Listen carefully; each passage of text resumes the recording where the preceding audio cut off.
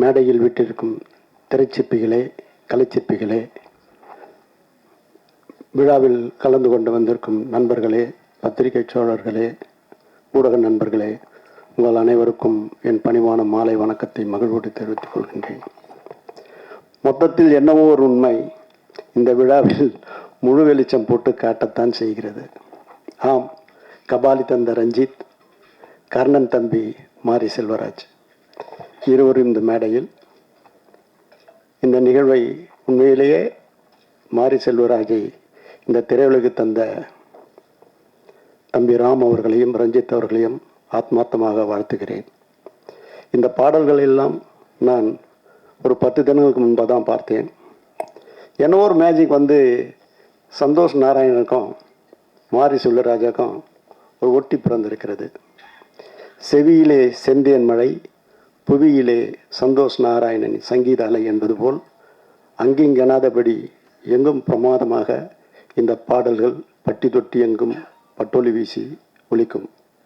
இப்படிப்பட்ட சூழ்நிலையில் இந்த படம் தயாரிக்கிறது, அதுவும் ஹாட் ஸ்டாருக்கு உண்மையிலேயே நன்றி சொல்லி, குட்டி சாருக்கு உண்மையிலேயே நன்றி சொல்லிக்கிறேன். என்கிட்ட கூட அவர் நிறைய பேசியிருக்காரு.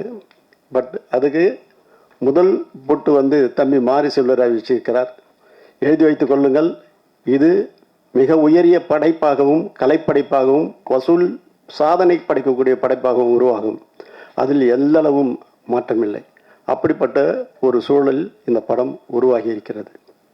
இந்த படத்தை பார்க்க வேண்டும், அதுவும் இது ஹாட் ஸ்டார் மட்டும்தான் வரணும்னு போது இல்லை இது தேட்டருக்கு எப்படி எத்தனாப்பா, அது ஒரு பெரிய மாஸ் வரவேற்பு இருக்குன்னு மாரி செல்வராஜ் சொன்னேன்.